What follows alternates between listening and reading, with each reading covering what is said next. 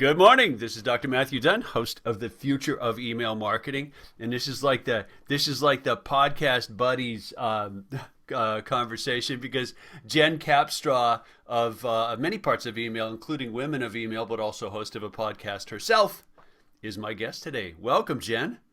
Thank you, Dr. Dunn. Hey, Pleasure. we finally get to connect. You are a sort of you're a storied figure in email. You're one of the co-founders of Women of Email, right? That's right. Founded in 2016, I was going but to I say sent 2016. my first campaign in 2002. So celebrating 20 years of email this year. And a background in journalism before that, I think you told me as we were chatting beforehand, right? Yeah, I started in radio and TV. So I spent about 5 years doing that. Did not like TV, really enjoyed radio. So podcasting is fun for me. Oh, I'll bet. Um, Yeah. and I did a little bit of everything. I was a co-host of a morning show on a 100,000 watt station in the Savannah market. I was assistant news director for a 7 station radio group. I did traffic reports. I did weather reports. I did commercials. I did live remotes. They would just send me to places to Yeah. do live commercials and try to draw people to wherever I was. So usually that was hanging out at a beach bar in Tybee Island. Come hang out with me and Right. have a drink and And hang out you'll with the band. be on the radio. So it's a very interesting perspective to have, having journalism, then email. What's your take on your former profession? What's the state of journalism now? Oh, Mean. I'm not sure a lot of journalism exists anymore. Yeah, tend to Um, agree. Back in the 90s, I don't remember having any awareness of bias in media, like very obvious leaning Yeah, left, leaning right, more yeah, conservative, yeah. more progressive. It wasn't something that was on my radar whatsoever. And a few years after I got out of the biz, my then spouse turned on Fox News and it was just on for a few minutes. And I was like, is it legal for them to say that on TV? Like, what is this? What is this? And I feel like the conservative media has kind of it created the more liberal media, right? There was like the counteracting force. Like I don't remember CNN being Yeah. super biased in the 90s and the early aughts, but we definitely see that very liberal bend now, and it just is kind of a counterpoint to conservative media, it seems like. And you did something etymologically very interesting there. We were talking about journalism, and then we're talking about media, and they're not the same thing, but they've become very inseparable, right? I guess so. Yeah, Yeah. yeah. Cause and I agree with you. I mean, I think I'm older than you are. I know I am. Uh, yeah, we weren't talking about bias in the media. Was there? Probably, but it was kind of like one big square bias. Like there used to be one big square telephone company, and now fractured, and you've really got to check your sources and wait, who do I listen to? And if you don't share the same media as someone, you're literally not talking from any sort of shared worldview, and it makes it freaking tough, doesn't it? Yeah. And I can't remember ever trying to infuse a personal point of view into anything that I did when I was a journalist. Like, here's the You tried to be information. objective, right? It didn't even occur to me to be anything but objective. Right, right, yeah, And, yeah. but I guess people were still kind of gullible back then. My news director came in one day and he had a letter from his grandchild's daycare that said that there was a flesh-eating virus on bananas going around. And so you're no longer permitted to drop off the kids with bananas as snacks. And he gives me this letter and he's like, oh, this is a big deal. You need to do a story about the flesh-eating bacteria on bananas. And I'm like, dude, if bananas were going to kill us, do you think they'd be in the grocery store? Yeah. That's not how this works, man. Like, how are you the news director? So quality journalism. Anyway, I think I Snopes existed back then. I think I found an article on Snopes. This was just kind of a one of those Yeah. early Yeah. Or yeah. conspiracy theories that needed debunking, but it was Yeah. circulating in like paper form. It was literally it was being printed out and handed out to parents and grandparents. We always had the capacity to pass baloney along, but we didn't have the reach with said baloney that we do now. The planetary reach. My wife is a journalist originally as well, and ended up in marketing and arts marketing. But so she made that sort of same, no, you're not going to be a hard-boiled reporter with a cigar between your teeth, honey, because that just doesn't work that way anymore. But she's got a sense of the, of the notion of journalistic standards that were sort of front and center when she was learning her trade, and we'll end up on that topic frequently as we look at this really fractured landscape for information and knowledge and fact and alternative fact. I choke as I say that, and all of that kind of stuff. And it's more complicated. And as you and I are speaking now, day after International Women's Day, we're seeing this play out live in Russia, where what the people inside that country know of what's happening in Ukraine, we would say is probably not that factual, right? Well, their internet is getting cut off, right? Like first it was some social media being shut down in Russia, and now they're going to be isolated from access to the full internet. Yes. That's terrifying. Yeah. Yeah. Yeah. That's we're talking about this 25 or so year span where both of us have been around things like email, and where we did have sort of a planetary network for a stretch, and now we don't. And Russia is going to be the most visible exit from that. Yeah. Why is it terrifying? Yeah. Because when you don't have access to information, what can you possibly believe? How do you know what the truth is? I mean, is Russia about to become North Korea? Is it going to become that isolated? Pretty good analogy. Yeah. And is it going to be forever? Is it going to be a short-term thing? There must be some awareness. There's got to be a contingent of folks. Like I've definitely heard that there are people who are protesting the war. So there is definitely a demographic that has some awareness of the what we would consider facts about what's happening over there. Yeah. And so what is the response going to be? Will there be revolution? I don't know. But what a moment in history. It's a strange sensation. I thought we were past this, and obviously we're not. And I mean, you can pin it on the one guy kicking all of it off, but at the same time, there's some pretty big dynamics at play that make it possible and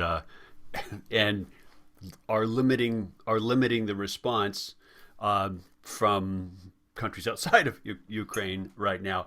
True odd story. I was on a you must know Jordy Van Ryn. Of course. Jordy contacted me yesterday. He's doing a bunch of terrific outreach. He's based in Amsterdam, doing a bunch of terrific outreach to try and help, particularly the email companies that are in Ukraine, which there are quite a few of. But I was chatting with Jordy, and he was rattling through some of that. He said, Stripe, and I said, oh yeah, I've been meaning to talk with them. It'd be great to do an integration between Campaign Genius and your editor. And he said, oh, okay, I'll connect you with Dmitry. And I said, because they're based in Ukraine. And he's like, oh yeah, they're like shipping code as the shells fall. And literally 2 hours after you and I finished talking, I'm going to be on a call with Dmitry from Ukraine to talk about integration, which makes me just kind of go, wow, they're continuing to work in the middle of this. Wow. It's wild. Yeah.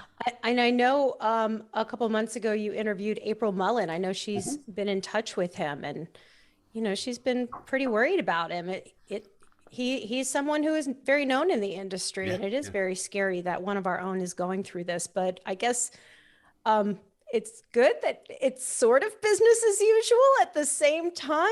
Glad that he hasn't had to shut down or anything, but his safety is very concerning. He hasn't had to shut down. Jordy said, look, the best thing we can do for them in some senses is to try to keep doing business and keep revenue flowing. It's like all the people, wonderful people who are booking Airbnbs in Ukraine with no intent of staying there. But Dimitri, who I've not met yet, has another business, eSputnik.ru.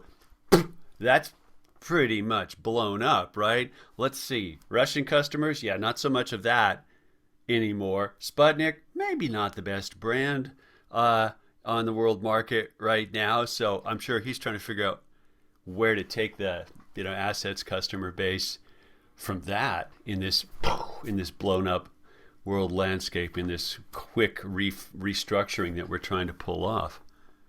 He is a scrappy, savvy businessman, so Yeah, I know that he'll figure it out. yeah, yeah, Yeah. yeah. Well, it's like he represents the way his country is conducting themselves. Scrappy, savvy. We're 14 days in, and they are by no means done yet. And like, yay, go Ukraine. We're on your side, right? So let's Absolutely. let's dot this back to email. I'll give you an off ramp, and then we'll get there. Here's the off ramp. I read the other day that some country, I want to say Lithuania, but that's not as big as my state. Maybe it was Lithuania, where there's a significant Russian expat population, are launched a project to try and make. I believe the target was 40 million phone calls to friends and relatives in Russia, Russian speakers, talking to Russian speakers to say, yeah, what you're hearing on the news is not the truth. Here's what's actually happening. They're trying to do it via telephone, which I thought was interesting. What's the role for email in this change in the information landscape between nations? I wish I knew. I mean, if the internet is shut down, are our messages going to reach Russia? I don't Question one. know if Question one. if Yeah, we email is don't going to know. be an open channel for us.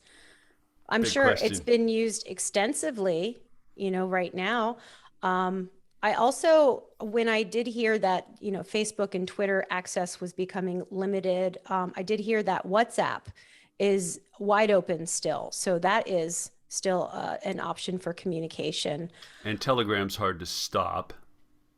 Telegrams, do they exist? No, Is that a Telegram. thing? Telegram, the platform. I'm not familiar with that Oh, platform.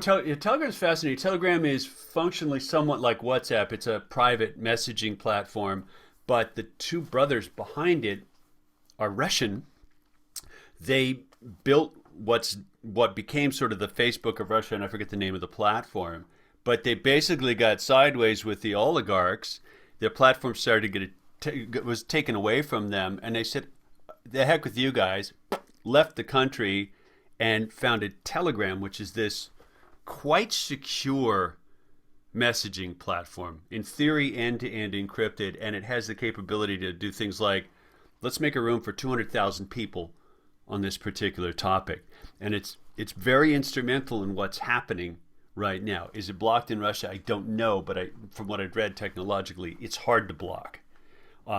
So yeah, other messaging channels, including email, may be playing a role in information flow in and out of that country, but we don't really know, do we? No. And I've been wondering, are people going to be turning to like some kind of satellite connections? Are they going to be able to get their hands on the equipment to like tap into that? I don't know. I feel like the people will figure it out, right? Yeah, They're gonna find the workarounds. People are yeah. smart. People are survivors, People are and smart. Yeah, yeah, yeah.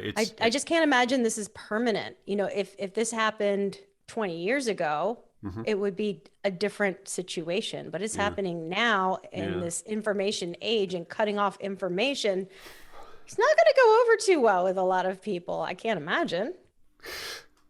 Put an asterisk beside your monitor that says watch for the S at the end. When we start seeing internets show up more and more, we'll have hit a new time. Because there are internets plural right now. If you look at information flow in China versus not, if you look at information flow in North Korea versus not, like some of the same protocols, but not the same meshed network that all of these many services ride on top of. Russia's been prepping for close to a decade to be able to cut themselves off. They've gone so far as to try to have their own DNS servers, and if they can pull that off, That's like, that's taking the rug out from under structurally. I don't know that they're all the way there yet, but they're trying to get there, and they're trying to get there fast now. Well, it's undermining their economy. So, I mean, if you What are, economy? I mean, what there are a lot of rich people in Russia, That's right? true. And Yeah, and yeah, they're when your rich people start moving losing money, yeah. that's not going to go over too No, well. it's not going to go over too well. It's not. Yeah, yeah. I mean, the ruble, right? Crash of the ruble. Um, I wonder if that nation. Here we are, geopolitics, right? They're gonna end up like agrarian 19th century economy for the most part, and the lifeline at the moment is their petroleum exports. And if we get ticked enough, will we cut that up? Biden just what yesterday said that's it, the U.S. And we're not the biggest buyer by a long shot because there's oceans in the way and stuff like that. But that's the beginning of a movement. If the EU can wean itself off, then that Well, economic lifeline. there is a tech industry in Russia. It exists. There are ESPs in Russia. Yep. We've got members of Women of Email in Russia, And I was going to ask. and we can't, just cutting them off from the world and destroying their businesses is it's not going to go over well. I can't imagine that this is. It feels like this is a road bump. This is not a permanent thing. I sincerely hope that your instinct is right. I really do. Because an island economy just doesn't seem like a great equation right now. I mean, you mentioned North Korea. That's probably the best current example of it. They don't really trade that much. They don't really, import, export, even information flow, not so much, right? And you have people more or less starving to death there on a frequent basis. It would be a shame to see such a large, innovative, successful nation as Russia end up in that same state. At the same time, I don't think they should get to do what they're doing and continue to play on the field with all the other kids. Well, the world police have agreed with you. Yeah. Astonishingly quickly, right? Yeah. Astonishingly quickly. Like, wow, that was a fast response. God, that's probably good. And we've not done that before either. Like, we've not actually cut accounts, and I'm waiting for some yachts to start sinking. Well, the world has changed. You can't be a shameless capitalist anymore. There's an obligation that comes with power and leadership, and we're seeing that exercised, right? There are companies that are taking losses to be a part of stopping Yeah, this war, yeah, stopping this yeah, attack, right? yeah. They're pulling out of Russia, and that costs them money, right? Yep. And they're choosing to do the right thing. So it's the where we are technologically in the world, combined with this trend toward greater empathy and greater understanding of people who are different than us. All of this is like combining together into this moment in time, and that's what gives me hope that this just doesn't. I don't think that people are going to just roll over and accept this situation, because are used to being connected to the world, Yeah, and yeah. this is an unacceptable change. Right. Yeah. Yeah. And we've not tried to go back from that connectedness until this moment, right? We've not seen a large number of people, or at least those nominally in charge of a large number of people, say, "No, no, no, no. Well, let's cut the cord. We'll be fine."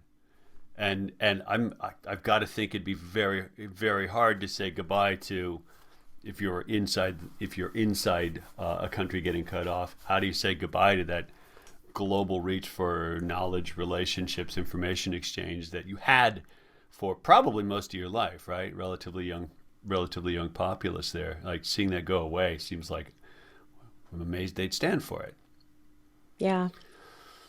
I You knew we got were going to go down this path. I would have brushed up on the news. I've just got like what little bit of information I get from my NPR podcast in the morning. Well, I mean, well, but you're ex-journalist, right? Like, we're simultaneously so much more informed and so much less knowledgeable than we were. It seems like, right? There are 1, 2, 3, 4 or 5 monitors staring at me, right? Do I really know what's going on? I don't know. Right? I don't know. Because the amount of information on just one topic is overwhelming by itself, right? Keeping up with one industry, email. So it, can be almost overwhelming. Women of Email has members in Russia, you said? Yes. Yeah, and And you guys are Ukraine. six thousand. I think, is that correct? Yeah, over 6,000. And last time I checked, I think it was 66 countries. That's really something. Congratulations. I know that doesn't Thanks. just happen, right? Took work, took vision, took Took a lot of cooperation. work. Yeah, a Yeah. lot of work, right? 501c3 nonprofit entity, yes? Yes. Oh, cool, cool. And you're on the, I know you're on the board or something like that. Like, do you have an active day-to-day role in Um, in the org? well, the organization is 100% volunteer run. Okay, And so the board is a working board. okay, Everybody is contributing in some way. yeah, And most of the board members are sponsoring some kind of a program. We've got one person who sponsors the Speakers Bureau and does most of the speaker matching, another okay, person who's sponsoring career programming, and another person sponsoring social events and meetups. So everyone kind of has a little area of responsibility. Nobody gets paid. We don't right. have much money. And I guess, basically operations. I'm pretty busy. Pretty busy. So Okay. yeah, yeah. Well, let's pick on a women in email. We'll get off geopolitics for at least a minute, and talk about email. I'm from Colorado originally. Colorado was the first state about a year ago to add the requirement that job postings have salary at the bottom. Washington, where I live now, is actually looking at doing the same thing. And I saw you just announced, like yesterday, International Women's Day, that women of email is headed the same direction, right? Compensation has to be part of a job description if it's going to be shared via your organization. Is that correct? Exactly. We started encouraging that transparency a Yeah. couple of years ago, maybe 3 years ago. We get contacted by a lot of hiring managers and recruiters who want us to share their job posts Sure. with our Sure. community. Yeah. And we do that, and we do that free of charge. And during a meeting one week, Kristen Bond, one of the other co-founders, said, well, why don't we just start asking them for comp information? Let's Yeah. make it mandatory. If you're asking the board to Mm-hmm. share your post, Mm-hmm. then the board member that they're dealing with, or if they're filling out the form that's on our website, it's mandatory. We're not going to share it if you don't tell us. And we instituted that policy. We got a little bit of pushback here and there, but most of the time, companies were pretty cool about it. Recruiters were pretty cool about it. And then we started really encouraging it on within the community. So when a member was to post an opportunity, there was no obligation for them to do it, but we started normalizing it Mm-hmm. and normalizing the idea of asking what is the compensation. Mm-hmm. And I used positive reinforcement to continue to encourage the activity. So for a number of years, every single time someone posted a job and it included salary, I replied, thank you for posting salary. Thank you for posting salary. Thank you for posting salary. Right. And doing that a gazillion times Yeah. over several years, Yeah. it worked. People started doing it all the time. And then if it wasn't posted, then members would ask, well, do you know the salary? What's the compensation? They started asking point blank. Yeah. And so then our friends who are the administrators of the Email Geeks Slack community, Yeah. they heard that we were doing this and they were not seeing a lot of folks sharing compensation. And so they made an announcement a few months ago that compensation was going to become mandatory because of what we were doing. And they had a 30-day grace period.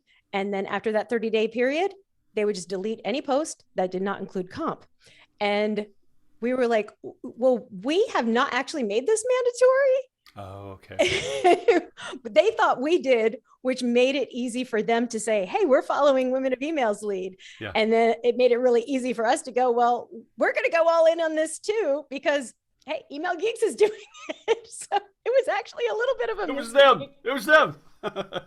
And we've been talking about it for a while, and Yeah. International Women's Day seemed like an appropriate time to make that announcement. Uh-huh. The Yeah. theme this year was, what was the hashtag? Break the bias. Is that And this? Yes, I yes, kept I kept seeing that. Sorry, crossing my arms if you're listening. exactly. So hashtag break the bias. And, bias is often the reason that women are not getting top dollar offers and Yeah, opportunities yeah. to ascend into leadership positions from Hmm. whatever role they're currently in.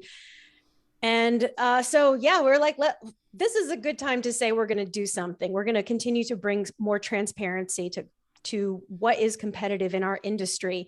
And since we started a few years ago, really encouraging that transparency, I don't know how many folks have said to me, I have been able to double my salary, increase it by 50% to 100%.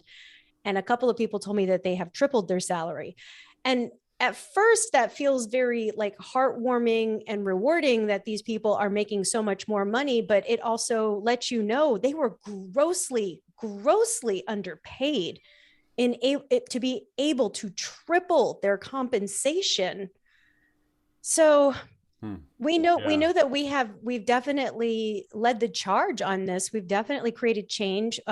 Litmus does a survey each year. Women in email, I think it's what it's called, and we did a lot of social media announcements about this new posting policy yesterday. And there's a link to the last Litmus survey that quantified what the wage gap is. Hmm. And since Women of Email was organized, the survey results are showing a shrinking wage gap, which is incredible. And we do want to take some credit for that. But Yeah. the wage gap does still What exist. is it now? 94 cents on the dollar in Okay. email In specifically. email specifically. Okay. There could be a survey bias there because folks who are most likely to fill out that survey tend to be embedded in email communities Yeah. and have access to more information, have access to more support from the Hmm. community. Yeah. And those folks are probably going to be most likely to get top dollar to really negotiate effectively. And folks who maybe are not so aware of those communities and those resources Hmm. might still be suffering. So the wage gap that is being quantified currently is probably a little bit biased by people who are very active in communities because they're the ones who are going to be aware of these surveys because they're Right. promoted pretty widely there. Right. Right. But it does appear that the wage gap is shrinking. But Shrinking. the primary explanation for it appears to be women are not ascending beyond the manager level at the same rates that men are. So when you ascend into more senior leadership, obviously you're going to make more money, and it's just there's not equal representation of men and Right. women Right. beyond the manager point. Right. Right. Yeah. Yeah. So I get to pick on her again because she's my favorite person in the world. But my wife, birthday International Women's Day. So I always know when International Women's Day is because her birthday is yesterday. She was she was in an MBA program. She did an MBA at a women's only MBA program at Simmons College. It doesn't really exist in that form anymore. So she was clued in, tuned in early on, relatively speaking, lifespan. To wait a minute, this is cockamamie, and has been sort of helped me tune into the fact that structurally we're still not we haven't leveled the playing field all the way up to the proverbial glass ceiling, which I think is what you're saying. I think I could be wrong, but demographics is destiny. I think if you look at higher ed enrollment patterns alone, that's going to continue to change because the supply of educated men is getting pretty freaking tiny proportionately. It's like 2.5 or 3 to 1 on a lot of I campuses now. didn't know it was that predominantly Oh, female. I knew that there were more oh, women completing their degrees than oh. men, but I don't really know the stats on it. Average college campus is a 2 to 1 ratio right now. Yeah, Wow. yeah, I've got 2 sons. The second one just finishing college, so I'm sort of current on the college enrollment stats. It's like, wow, yeah, like really quite a big, like almost tectonic shift there, and just run it forward. So like, sorry, I'll put my higher ed bias out here. How many folks who can't even get through college do I expect to see in a C level seat? Not that many of them right? Bill Gates is an exception. Sorry. So from that perspective, the supply of women in the workforce with thinking skills, education, communication skills they get from education is actually going to outpace, and hopefully that's going to be part of the factor that makes this level out. But that also means there are more women saddled with education debt. And I'm hearing more and more folks say in the industry, do you need a college degree to do email? You really don't, right? Nobody's teaching it. It's not something you can learn and Right. then move Yeah. into a job. Like nobody is like, oh, my ambition is to be an email marketing Sure. strategist or And developer or whatever. you couldn't study, you couldn't, Jenna Devini's post the other day, like you couldn't study it if you wanted to. Most places it's not a program. It's, yeah, but that's a very topic specific thing to ask for. You don't have a background in email. I don't have a background in email, and here we are Nobody working. has a background in Right, nobody email. has an background in email, but do the things I learned or the badge that says has the stubbornness to complete degree factor into being able to do what I do? Absolutely. I don't know. I would say that everything that I have learned that has contributed to my success in the email industry Mm-hmm. was after college. Mm-hmm. So Yeah, if someone was headed, but I if someone had was a headed, natural savvy for like problem solving mm-hmm. and never taking no for an answer. Mm-hmm. And email is a puzzle. Email, you have to work within such bizarre constraints Yeah, and things that you can't control. It's difficult to do, and that's not for everyone. But right. those of us who love this industry, Mm-hmm. we're drawn to that. Yeah, And when you walk into an email event, there's no strangers in that room. Everyone, yeah. there's a little bit of a like-mindedness despite our diverse Agreed. backgrounds and Yeah, so forth. agreed. But yeah, you're among friends. Like I was just at Unspam last month, and yeah, it's old friends and new friends, and you're never with strangers. It's a beautiful community, like very supportive and very like-minded. So I don't know if there's any reason that we should even continue to see job specs even mention an undergraduate degree. But you just narrowed down a whole bunch from broad observation on my part that the supply of educated women in the workforce, not just email, is going to be a lot bigger. So if we rabbit hole on higher ed, good, bad, dying or not, we'll never end up back on an email, and I'd rather stay on email. But it'd be an interesting one to discuss over a beer because it really is an incredible shift right now that we're grappling with. 66% of software developers are self-taught, no comp sci degree. I made a meme because I try to do that sometimes so that I can be young and hip. Journalism's revenge. And there's this image of a dog with his own leash in his mouth. He's walking himself. Mm-hmm. And it's pinned at the top of my Twitter right now. And the caption I put on it was, learning email marketing. Right?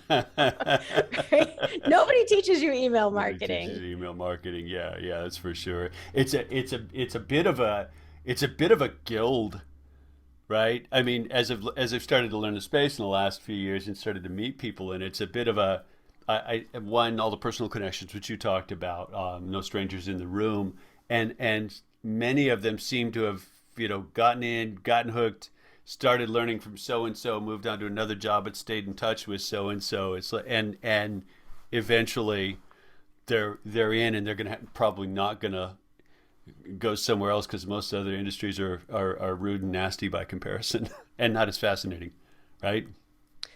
Well, I've got some theories about the people in our industry. Like we all fell in. Nobody made the conscious choice to transition their career in this direction. And I feel like we're a group of misfits who didn't really fit in anywhere else. Like we had some kind of problem solving savvy. We're probably already in marketing in some capacity. And we kind of got tossed the scraps. We didn't get tossed like the sexy channel, like, oh, it's not social. It's not content. Email's a necessary evil. Someone's got to do it. So we're going to toss it to you. And that kind of person Mm-hmm. who it discovers it's so much more. Mm-hmm. It once you really dig in, it can Mm-hmm. be the most complex channel, the highest ROI channel. Mm-hmm. It can be deeply rewarding if Mm-hmm. you are into a continuous Masochistically into. uphill struggle to make it perfect, which email will never be perfect. Um, and so I think that's part of the reason there are no strangers in our communities, because we're all a little bit different from the mainstream to start with. And that's how we all fell in here together. I also have a theory that there are a lot of neurodivergent folks in our industry. Oh, fascinating. Fascinating. Yeah. Yeah. The more I speak out about it, the more people are going, oh, yeah, yeah, me too. Me too. Interesting. I got Interesting. a late in life diagnosis that explained everything about my entire life, every success, every failure. And I interviewed maybe a dozen people last year. It was private interviews in preparation for a presentation that I did at the EIQ conference about, I called it Email's Secret Super Brains. And I think there is a disproportionately high percentage of folks who are on the autism spectrum, Yeah. ADHD, Yeah. dyslexic, dyspraxic. And on my podcast, Humans of Email, our first interview was with Mark Robbins. And we talked about his dyslexia Mm-hmm. and how that has affected his career in both positive and negative Mm-hmm. ways. Mm-hmm. And one question that I asked everyone that I interviewed was, if you could be neurotypical, if you could make this go away, if you could have a brain like the majority of folks in the world, would you take it? Mm. Every single person said no. I like who I am. And and I would never change that. I see advantages in this. Now, it's not appropriate to say that this is a superpower for everyone. Um, it's personal, and some people consider it a disability. And for some folks, it's clear to see why it's a disability, because all of this stuff comes on a spectrum and it's much more severe for some than others. Yeah. But the folks in our industry who have like agreed to have these conversations with me, or speaking out in public, they all do consider it an asset, Right. as do I. That's awesome.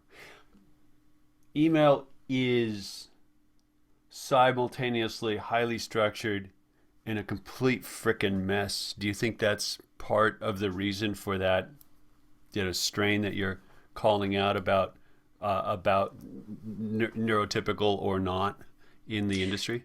Yeah, I think depending on your flavor of neurodivergence, you're Yeah. either attracted to the structural pieces of it or the Yeah. chaotic pieces of it. And Yeah. I'm on team chaos. Like, Yeah. I'm great at strategy and conceiving of new solutions to achieve objectives, and understanding like what tools are at my disposal, what can I do with them, Mm-hmm. what and that has been fun for me. I'm Mm-hmm. not so hands-on as I used to be. I'm more of an educator now. Mm-hmm. But yeah, I loved just kind of, what can I do? What can I make happen? Like, I learned about this solution or that solution. It does this thing. Oh, I bet if I used it to do this whatever idea, it would be really successful. And that was really fulfilling for me. Mm-hmm. I'm terrible at code. I knew just barely enough to like pull together a fluid single column template that I was using for all of my clients Yeah. back about 12 years ago. Mm-hmm. Which weirdly, I had some audiences that were already majority mobile at that point in time. But like, it's just fun. It's fun. It's a puzzle. I've said that many times. It's something to figure out that other people can't. Right. Right. Right. Well, that's a very that the neurodiversity observation. It's got me thinking. Why and all the opportunities out of it. It's like that may be the next group after women of email, Neurodivergence of email. or something like that. Yeah, I Yeah. think that's most of us probably. Yeah. My wife actually works with autistic kids. She's a paraeducator, so like she spends her whole day with kids who explicitly at their point of development are like, Ma, you need some extra help.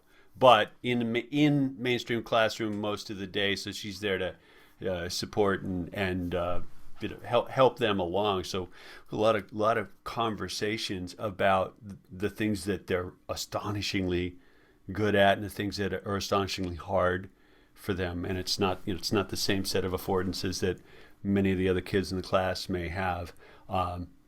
Yeah. In fact, that's fascinating, and at the same time, not entirely surprising. It's a pleasant surprise, but it's not entirely a surprise for me to hear you say that, because it's a mess, and at the same time, it's structured, it's old school, and it's global technology platform, and nobody's frickin' in charge, which is one of the things I like about it. Email, no one's in charge, right? Social, you can name the handful of companies that are in charge, right? Search, web, okay, we know who we're talking about, right? Keep ticking down the list of all of the digital channels out there.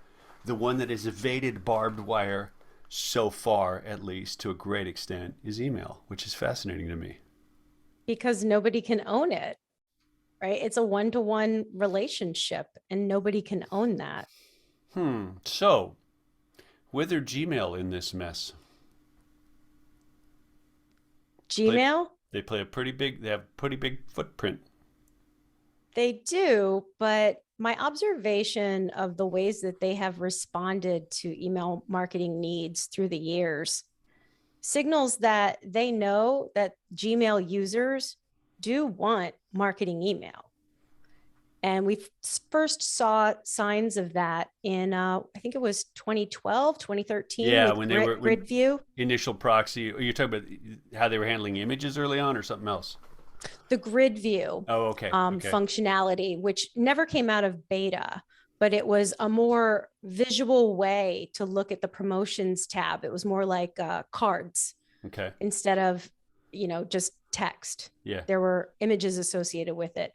And it didn't ever go live. I was a part of the beta and I was very curious about it. And it was the first sign that Gmail was conceding, like, people want marketing mail, and so we're gonna get on board with that. We want to make sure it's good. We don't want people being spammed. And now we've got things like Gmail annotations. There are ways to be highlighted in the inbox. So Gmail knows that there's value for the Gmail user. They are signing up for mailing lists. They want right, our right, messages. They want right. quality messages. They don't want garbage messages. They don't want spam. But Gmail has to play along because Yeah, we have the same agenda, and that is to keep those subscribers happy. yeah, yeah. I would also say that despite the size of their footprint, is estimated. I've seen estimates as high as like 60% of inboxes now, like 1.7 billion or something like that. Like, whoa, big footprint. Um, the many innovations Gmail's brought to the email space, the ones that have stuck and really succeeded, have been what I would call a light touch. Like their algorithmic and behavior based spam detection, which is a good thing. Like, people behave better now because Google does a terrific job of going, no, no, no, nobody wants this. Stop doing that. Smack, right? Deliverability goes down. But it's fairly invisible to the guy who's just looking at his Gmail inbox. It's a light touch. Conversely, contrasting, AMP for email, sidebar, Matthew think it's structurally flawed, and I've said so. Not sticking. It's not succeeding. Well, 0.4% of people using it. I'm going to be experimenting with it pretty soon. Yeah. Humans of Email, we chose our email service provider because it supported AMP, and it's something we're very curious about. Mm-hmm. And I've been talking about it for a couple of years, and I Yeah. want to have that hands-on experience. Yeah. But part of the reason it's not sticking is because the level of effort is high, and email marketers are already spread thin. And also, there are a lot of folks who have a negative sentiment toward Google, and they just don't trust them, and they don't want to mess around with AMP. They want nothing to do with it. So Yeah. Yeah, it's a challenge. It's an extra MIME type. That's more work. And there, It's also not an email innovation. It's a Gmail innovation. well, It's there, only going to read and register with the people who happen to get it on a Google Gmail client. Someone reading it on their iPhone is not going to see it. that is true. And in an ideal world, we would have some easy way to have an interactive fallback HTML version in addition to AMP. And nobody has figured out how to build that solution and make that easy for email marketers. You Yeah. have your AMP version and you have, your static HTML, unless you are a wonderkind, interactive developer. There are very, very few people who can do interactivity in email. So we don't have great tools yet to take No. advantage of No. this. Gmail was trying to get Yeah. support from Yeah. all of the inbox providers. I mean, for a hot minute, Yeah. Microsoft was on board Yeah. and now they've pulled out, but Yep. we've got Yahoo, mail.ru. Whoops. That's Russia, dead. Russia can get AMP email, but can we Yeah. get an email to them? I don't know. Um, Yeah. yeah, it is kind of sad that they extended an olive branch Yeah. and said, let's all work together on this. And not everybody was interested in that. Yeah. Seemed like a poor move on Microsoft's part, but look at Outlook. I mean, I don't know if I worked at Microsoft for most of the 90s. So I had some time inside the belly of the beast, which is a very different beast now. I'm delighted to say I left because it was big, mean, and stupid. Um, but that embrace and extend, that very careful game about whose standards are going to stick. The monopolists have to play that with a very long view. And Microsoft actually never said we support AMP. They said we're taking a look. Like you read the language, it was we're taking a look, which means we're going to stay involved until we've decided whether it fits our long game. And then decided it didn't fit the long game and yanked out of it. And you know what? Doesn't matter even if they had. With Apple building their brand around privacy now, they will never turn the AMP switch on an iOS device. So this is effectively toast. That's it. You're done with it. Yeah, yeah, it's toast. But go back to the more interesting route. There is interactivity in email. The sacred cup, the holy grail. Good thing? Do we want that? Yes, we'd love that. It's just too difficult to do. AMP was going to make it easier, but I mean, Structurally flawed, but yeah, no. I mean, it was a step in that direction. I can experiment with AMP because there are tools that are available that are going to make it possible for me to experiment with AMP. Yeah. I can't experiment with interactivity Yeah. in any meaningful way because You can't. I don't have that coding expertise and I'm never going to gain it. It's not even a question of coding expertise, Jen. It's a really simple thing. Email is DUMB. There is no language. There is no scripting in email.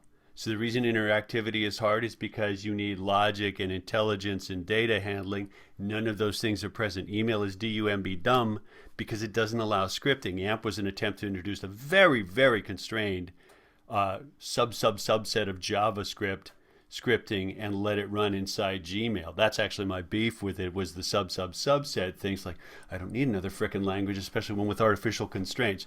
But the reason interactivity doesn't work in email is because we've kept it dumb. The reason your inbox doesn't spy on you in the way people think it does is because it's dumb. And I mean it in a technical sense. Our inboxes were spying on us more a few years ago. Gmail, you literally locked get that down. but you literally get one signal, and it's an accident because of the HTTP protocol. You literally get a yes/no signal, like it's literally the one Boolean binary you get opened, didn't open, and that's it. You open a web browser, there are 27 JavaScripts on average, sending a lot of data a lot of other places when you open a web page. Well, for a while, there were like inbox organizers that were spying on people Sure. for the purpose of spying on them and collecting Client data. level, yeah. Yeah. And people were like, ooh, free app, let me sign up for this. And I Right. remember Right. like warning people in my network who were not in digital marketing, like, Yeah. don't install those apps, don't use those apps. They're screen grabbing your personal email. Hmm. This is a privacy issue, there's a security issue, just don't do it.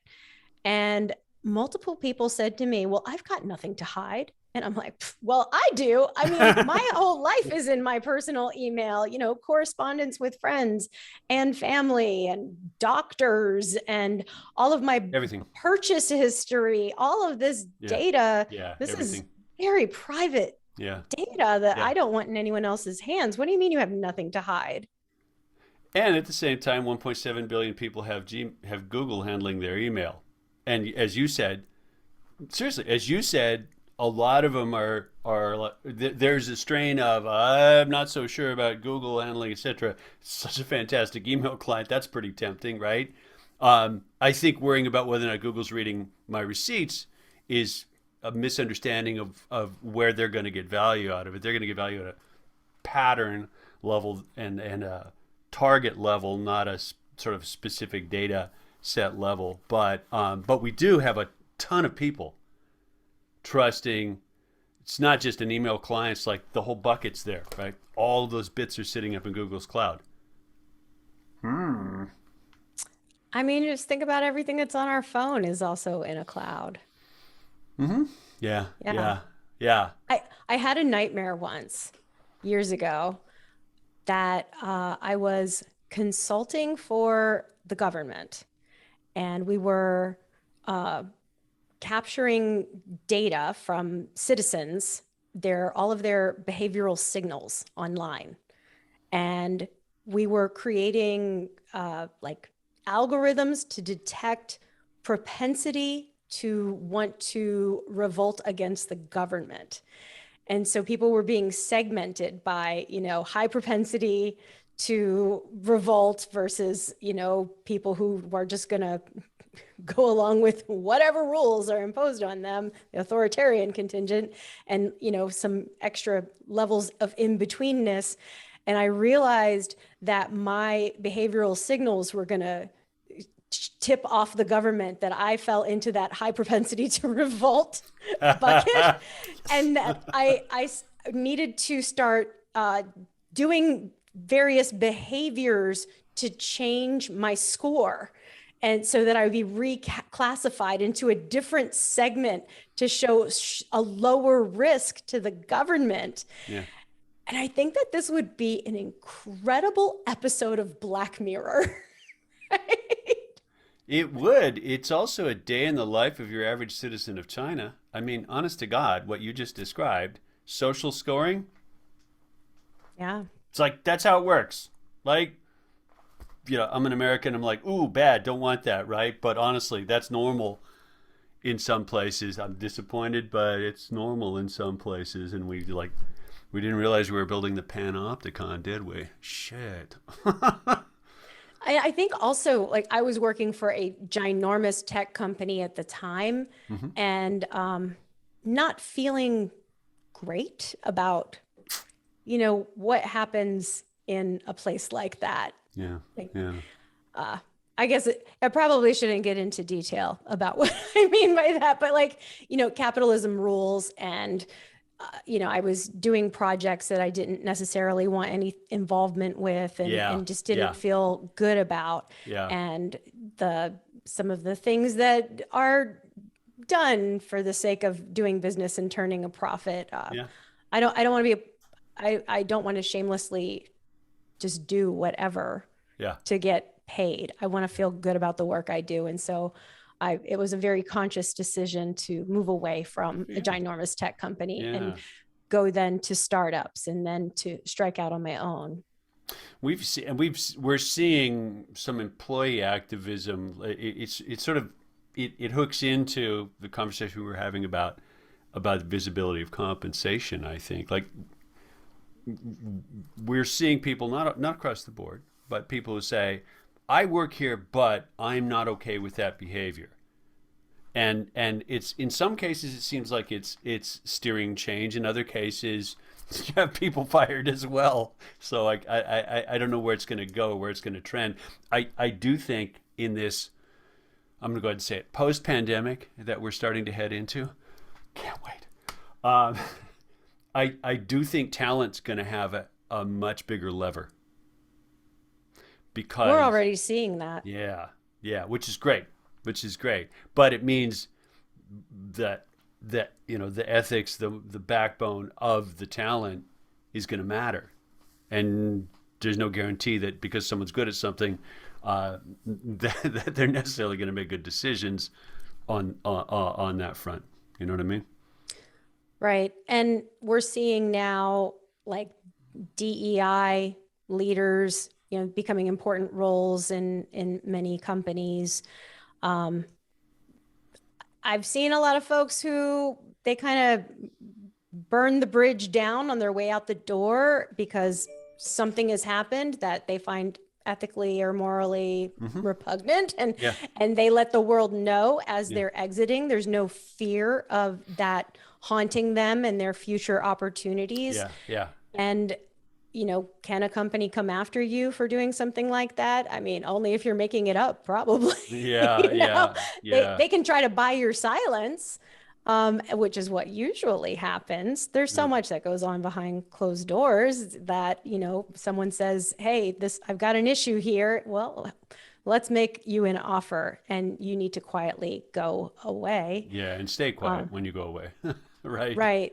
Because you can't get paid if you, Yeah. blast it Yeah. out to the world, Yeah. but you sure can feel good about it. And it could very much lead to a more lucrative opportunity if a company is looking for someone like you, and you've, made a big to do, and you want to go someplace where you feel more valued. Mm.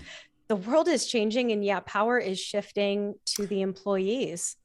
For now, I agree, and I hope I hope there's some semblance of a permanent shift there. You know, lived as long as I have in the country I was born in. It does seem like the middle class has kind of gotten the crap kicked out of it for a few decades, and I'd like to see some shift back away from that. And I do think corporations. It's easy to demonize corporations. I own one, right? Corporations have done a lot of stuff that I wish there were more guardrails for them, and this shift to talent people having some leverage in the negotiation is a good one for me, at least. Well, it would be impossible to attract and retain quality talent if you don't adjust to these new norms and Yeah, expectations. yeah. And it's pretty simple to treat people with respect, to pay them what they're worth, Mm-hmm. and to give them the resources they need to do their job, and to build a team that each person is bringing something unique to the table. That's Yeah, yeah. diverse teams are a Better. business benefit. They have Yes, better yes, problem solving yes, capacity. They yeah, generate more revenue yes, if you have a culture in which people are comfortable speaking up, and you're being very conscious about bringing together very different people to yeah, work together towards solving problems. yeah. There's what's the company? There's a company.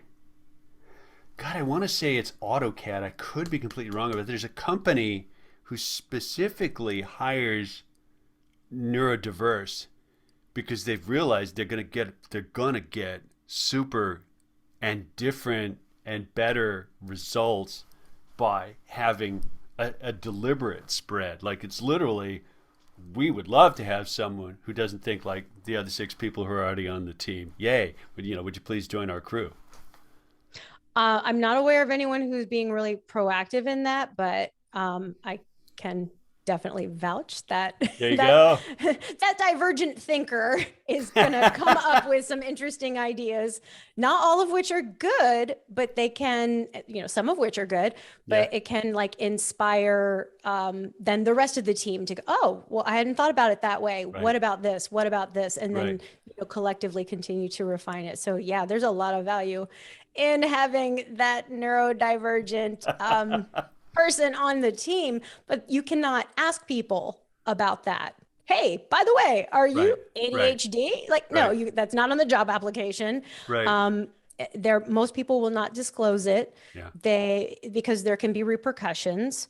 Hmm. And it, there, there's a lot of bias that keeps neurodivergent people from getting job opportunities because maybe they don't behave the way that you would Yeah. expect. Yeah. And Yeah. so there's like a little bit of bias. This person doesn't seem like a culture fit. They seem a little strange. Yeah. That was a Yeah. problem for me professionally, Was it really? especially early in Yeah. my career. Yeah, I was never a culture fit. I was first runner up for all of these opportunities. Hmm. And I just ended up in the crappiest job that where I barely made any money, but where I did finally have some freedom to create and think and fill gaps and just conceive of new ideas and make things happen. But I wasn't getting paid jack for it, Right. and that sucked. There's a huge hiring bias against folks who are neurodivergent, and then once they're in place, there can be other obstacles. For instance, I cannot do an expense report to save my life. Just this barrier. I can't do it. It is so hard. And I have lost thousands of dollars personally as a result. And, when I ask for help, what do I get? No, just do it. Right. Or there are some consequences. If you do it late, then you're going to be taxed on the money that you get. Yeah. And, it's asking for an accommodation. You can be rejected. Do you disclose that you are different and that what you are asking for is genuinely an accommodation? Like Yeah. there's risk involved. So Huh. it's a very complex situation. I actually recently was introduced to an HR and recruiting expert who is really getting into the whole how do you recruit and retain neurodiverse folks. And I'm Hmm. going to be a part of a couple of podcasts that she has coming up because DEI is such a hot topic right now, but this is the piece that nobody's talking about yet. Interesting. So many opportunities there too. Interesting.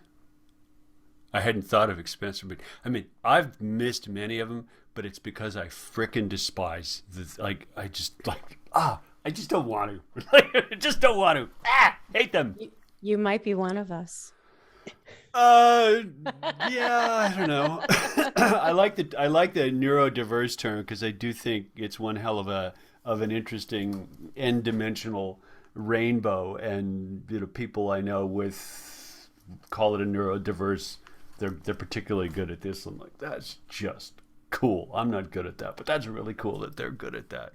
I had an aunt, my only whatever that structural family relationship is. My mom's sister was she would be called severely retarded, like Special Olympics, etc. But she'd kick everyone's ass at a jigsaw puzzle. It was amazing. She'd just go beep boop beep boop beep boop. Holy crap! It was cool. There's actually some stats that folks who are entrepreneurial have like a 30% higher chance of being neurodivergent. Interesting. Yeah, yeah. That in some ways not surprising, right? For that, yeah, not surprising. I know quite a fair number of entrepreneurs. Yeah, and they don't tend to be the ones who sat comfortably and got A's. That's for damn sure. Mm-hmm. Right. And there's something that they saw an opportunity. They didn't like the way something was going in the world, and they decided to strike out on their own because they had a different way of looking at it. And Hmm. yeah, makes a Yeah. lot of sense. Yeah, yeah, yeah. Wait a minute. Why is everybody doing it that way? It makes more sense to me to do it this way. I'll go ahead do it that way. Yeah, yeah. Which we should encourage and celebrate and all that other stuff. Well, I knew I'd be guilty of tying up more than an hour of your time, even though we hadn't talked before. Because it was like, yeah, we're gonna have a really good time. But maybe we got to wrap this one up and make it an episode, so we've got a shot at someone actually listening to the whole thing. What do you think? Hey, if the conversation is interesting, then folks will listen all the way That's through. that's yeah, that's true. And we did end up talking about email a bit, so right, we did we did the job. don't go away, but I'm going to hit the end of the record button. All right. If someone's interested, Jen, in Women of Email, where should they go look? You know, because I'm never going to join. Just got to tell you. But if someone else is interested, where do they go hunt down membership details? Well, there's two things you want to do. First of all, you want to join our Facebook group. Okay. And there's just a couple of screening questions to confirm that you are eligible to join our community. And because it is a curated community, we don't just accept anyone who clicks the join button. So look for the Facebook group. And then if you go to womenofemail.org, there's an application there. It's absolutely free to join. We do ask for a lot of details so that you can be in our database, and that will make you eligible for our programs like our Speakers Bureau and our scholarship program. We'll be firing our mentoring program back up at some point, and different programming and events and so forth. So yeah, complete the application at womenofemail.org, and then everybody is a part of the Facebook community. And that's what we're best known for, is this very uplifting and supportive community. And I think we're approaching 8,000 in the Facebook community, and we've got over 6,000 who are official members and in our database. And why the goat? Well, I can tell you that the symbolism of the goat has evolved with time. The origin story is something that we only share face to face at industry events, and we don't share it with non-members. But the origin story is actually not so interesting anymore. With time, the goat has come to symbolize upward ascension against all odds. So goats are climbing mountains. I was gonna say, I've met some goats. They're gonna get where they want to go, aren't they? They're ascending. They're climbing trees. They're climbing other farm animals. They are always looking for a high point to get to, and sometimes it's a bit mind blowing. You know, have you seen the goats who can like sheer cliffs? It just looks like a wall, and they are climbing it. And so, there are extra obstacles for women to ascend in their careers, and the goats have become a symbol of that. Nice. Well, I'll hit stop. Thank you, Jen Capstraw, Women of Email, my guest for today.